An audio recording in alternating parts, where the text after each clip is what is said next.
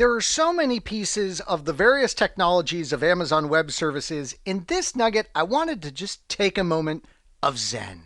Let's take a breather for a moment and let me just walk you through a sample AWS scenario and how some of these technologies might be used together. So we have developed this exciting, new, powerful web-based application.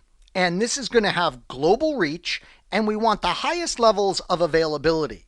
So one of the things that we do is we go ahead and we utilize two different regions of the Amazon Web Service global infrastructure. So we have a region in, let's say, Oregon in the United States, and then we do like Paris, for instance. Inside of these regions for deployment of our application, we know there are different availability zones. So I'll draw those in, and we are going to be making sure that we take advantage of those multiple availability zones. So we're going to have a further level of redundancy and high availability.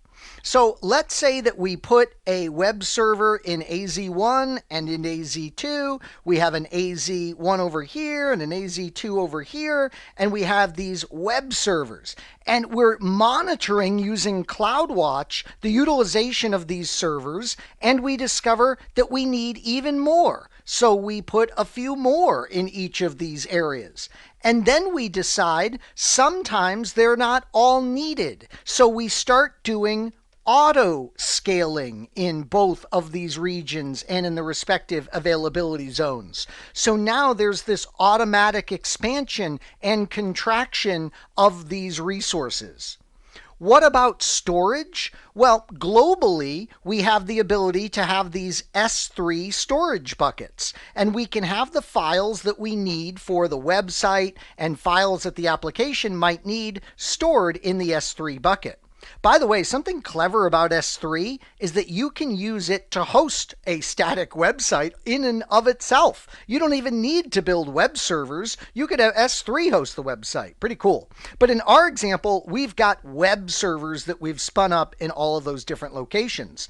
By the way, we take advantage of the elastic load balancing capabilities so that we don't have one of these servers not having any traffic compared to another server. So we can balance the load using elastic load balancing across the EC2 instances that we are utilizing.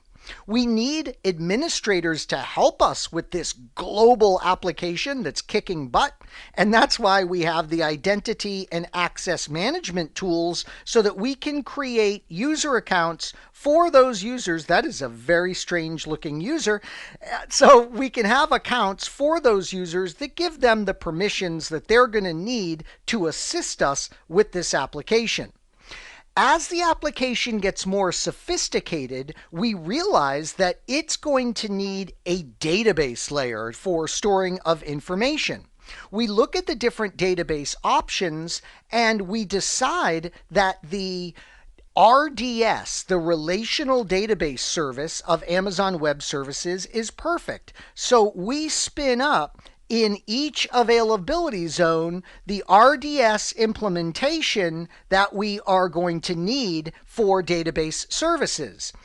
The RDS implementation is so great because the backing up of data is automated for us. So the Relational Database Service is being backed up automatically by Amazon Web Services. We can, of course, go in and do backups manually ourselves as well, but we feel protected with the Relational Database Service and the automation that Amazon gives us. So here's a look at how these various components might work together to bring a worldwide application out there to the masses. Don't forget that another underlying resource here that we have is our virtual private cloud technology. The availability zones in the region are going to rely on the virtual private cloud to do their work. Also, if users were to start complaining that our application access is a bit slow, one of the things that we could do is take advantage of what are called those edge locations.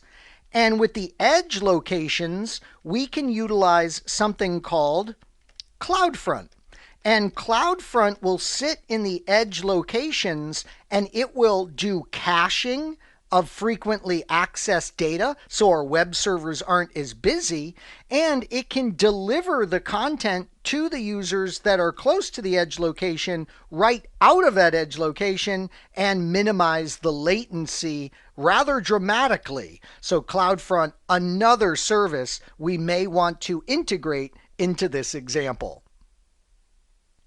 Note that when you build an application that's going to be globally distributed, there's going to be lots of moving parts inside of Amazon Web Services that you're going to call upon.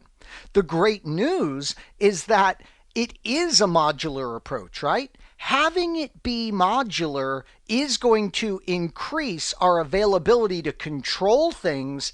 And if one component were to fail, it's not going to fail our entire design. Notice one of our virtual machines could die in this example, or the elastic load balancer could pause doing its work, and there wouldn't be a loss of access for our application as a whole. I hope you found this nugget informative, and I'd like to thank you for viewing.